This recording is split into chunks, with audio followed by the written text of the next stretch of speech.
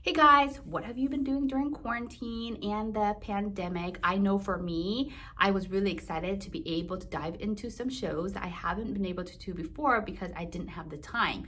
So some shows that I watched was Curse and Outer Banks. Those were actually really good shows as well, but I became obsessed with a show called The Last Kingdom. Have you ever heard of it? If you already are a fan of The Last Kingdom, I am so sorry that I have not discovered it before and I am late to the game because they're already on season 4.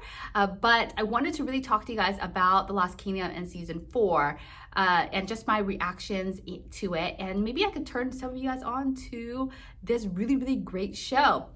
If you already are a fan of The Last Kingdom, you probably want to skip this part, but I'll briefly explain to you what it's about if you haven't seen it before. It's basically a story that follows this guy named Uhtred, who is born a Saxon but is raised a Dane. So he falls on this journey of becoming a warrior for the Kingdom of Wessex, which eventually gets united into the whole Kingdom of England. So it's kind of based on the time before England became one nation and had one king. They had several different kingdoms with different kings, and also them fighting for their territory against the Danes or the Vikings during that time. So Uhtred is basically kind of stuck in both worlds, but he swears an oath to King Alfred, who becomes Alfred the Great, and he basically fights for the Saxons, but he's kind of not really accepted by Saxons, but not really accepted by Danes at the same time. What I really love about The Last Kingdom is that the episodes are really, really long. So there's a lot that is contained into one episode. So there might be some really tragic things that happen, but some really funny things that happen. And also, some really endearing things that happen. But with one episode, you can get so much out of it that you almost forget that it is an entire episode. And sometimes when you rethink about the series itself, you forget that, oh, that happened in the same episode as this. Talking about the characters, obviously there are some characters that are really great to look at, and so it makes it a little bit more enjoyable to watch. Obviously, Uhtred, who's played by Alexander Dreymon, is amazing and also super hot at the same time, so you will enjoy that watching this show. There's some really great moments and some really great actors that do this series. I'm gonna talk to you about season 4 that came out in April, so I'm a little bit late to the game. I don't watch very many shows where I can rewatch them, meaning, like there's some shows that you finish and you just don't ever feel like you need to go back. But this show, seriously, guys, you can rewatch it over and over and over again. So the show is actually based on some books that are written by this man with the last name of Cromwell. I have not read the book. I'm only giving my reaction based off the show itself and not what actually happens in the books because I've never read the books. So let's talk about it. Season 4. You find Uhtred kind of like a free man. He's not oath to anybody, but he is in love with this woman named Ethelfled, which is the daughter of King Alfred, which I still actually kind of find weird because if you remember in season 1, when he met her, she was still like a little girl. Obviously, he was really young at that age, but fast forward to I don't remember how many years later, but now he's a little older than her, and she's with him. I also wonder regarding their relationship if everything had panned out, if the relationship could really last, just because I remember in season 1 when he married his first wife, she was very much a Christian, and obviously he kind of dives into both worlds. He's not a Christian and he's not really a Dane, but he does still believe in kind of what the Danes believe. Because I think that in reality, they would always butt head regarding that aspect of it.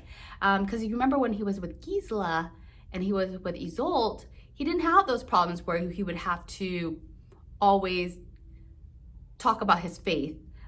They just understood him. But like the acceptance of him and his beliefs as a whole, with his love life, it makes it really, really hard because he's in these two different worlds.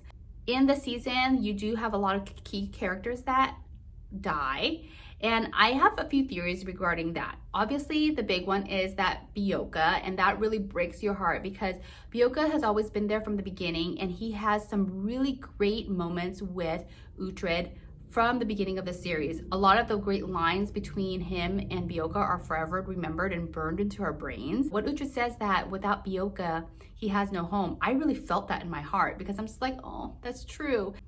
Beocca has always been a constant for him, has always been somebody that we look up to give him advice. And we always kind of thought he was going to be there. I did hear that in the books that Beocca did live a very long life. So people are really disappointed by his death and probably surprised by it as well. So I'm very interested in what's going to happen with the series going forward with Beocca not there. Is somebody going to replace that? Maybe Hild will probably replace that role, especially since Alfred is gone as well. The other person they killed off was Siapa, which is also so sad. Siapa didn't have a lot of lines, but his presence and his loyalty to King Alfred and also to Uhtred, you could just kind of tell their friendship there. I think that one of the things is that, do you guys remember there was an episode on season 2 where Uhtred became a slave and he got saved? I remember that episode distinctly because it's one of my favorite episodes to watch because you can really tell what those friendships mean to Uhtred. And the people that were in the episode that saved Uhtred was Hild, Ragnar, and Stiapa. So I think we really connected to Stiapa because he was one of the people that saved Uhtred from being a slave. And the other person that passed away was Ethelred, which I think that people are sad that the person who played Ethelred, which is Toby, he was also in Reign and some other things. They were sad because he is gone. Because he was such a great actor and he was really funny if you watch any of the behind the scenes stuff like that. But his character was just so cringeworthy to watch. So I think that we knew eventually that he would not be around very much longer, and we were glad that he's gone. Thought that he would come around because he was like during this near-death experience, you could see that he was kind of realizing all the things that he did that wasn't so savory during the time that he reigned. So one of the producers said in an interview that they didn't want to introduce too many characters because they didn't want to confuse the audience. So I'm really thinking that they killed off some of these characters, one, because probably it was in the book, but also mostly because they wanted to introduce new characters in season 5. And that's probably one of the reasons why they wanted to get rid of some of the characters so that way they could free up our minds to be open to other character storylines in season 5. My other theory is that because Alfred and David Dawson was such a big presence in the last 3 seasons, when he left, it left this really big hole because we were so invested in the storyline between Alfred and Uhtred, right? This love-hate relationship that they had. And when he finally passed, it just left kind of like this heaviness in our heart, like there's just something missing. So I think that they are trying to redevelop those relationships in other characters to kind of build that back up, right? Because Edward is not Alfred, obviously. One of the things I really loved in the development of this season is Osferth, Baby Monk. I think that his lines are just way more funnier this season. I really love The Last Kingdom just because it's not all seriousness, you know? You have these really epic battles, you have these really great love scenes, but you also have these really funny, quirky moments in between with just like these little lines that kind of make you giggle. And I really like that about the show. I was turned on to a different show that was very similar to this because they said, oh, if you like The Last Kingdom, you'll like this show. You'll probably know what show I'm talking about. But it was so serious and I just miss the like funny lines that the characters would give, which basically is Finan, Osferth, you know, those people, Peerleg, those people have really funny little quirky moments that really make you love the characters as a whole, makes you really invested in their storyline, their friendship. I know that it's not in Uhtred's destiny to become king of Mercia, but I kind of felt like he shouldn't have gave that up. Didn't you guys think that? I mean, I guess it was the right thing to do. No, I still think that he should have became king. Which one of you guys think that he should have became king? At least for like one episode, you know, so that way we can see how he ruled or whatever. It would have been nice to be able to see that. So they introduced his kids this season, Storia and young Uhtred. it really is interesting how they kind of develop those characters over time. Young Uhtred at the beginning, you kind of were like, shoot, you know, he is turning to be the opposite of his dad. But it really builds up the storyline of why people find Uhtred so charming and so endearing, and why people want to follow him. And Uhtred is learning that over time. And he lost so much time with them as well. One of the questions that you get a lot is, where is his third child? And I think they're probably going to introduce that child probably in season 5 or 6.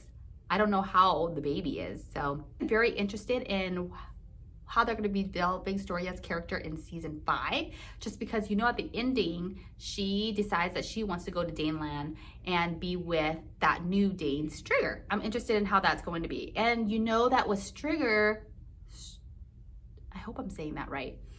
One of his storyline is that he is different from all the other Danes because he would rather have peace. He's tired of fighting. And I like that storyline because I feel like all the other seasons, every season is just about conquer, conquer, plunder, plunder.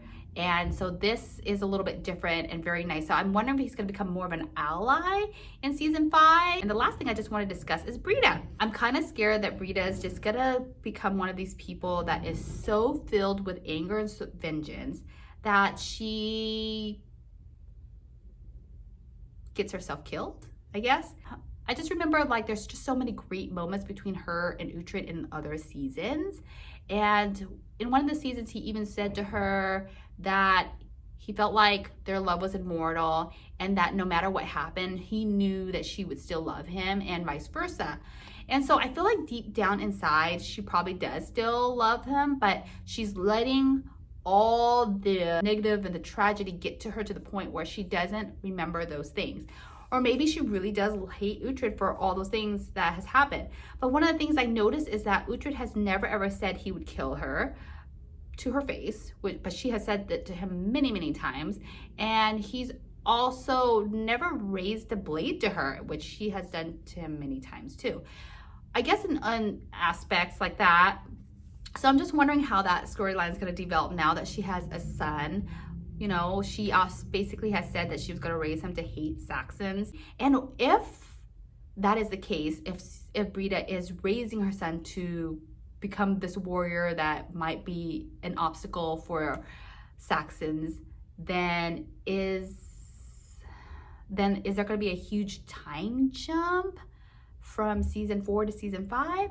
So I'm really interested about that. The other question I have is that there's enough books for us to have a season 5 and 6, but not a season 7. So I'm wondering, if there is not going to be any more books, will we get a season 7, 8, 9 if there is no more books? So yeah, I'm concerned about that. But yeah, if you haven't watched the show, highly recommend. That's my thoughts on season 4. Tell me what you think. If you think my theories are true, or if you have some theories of your own, I would love to hear it.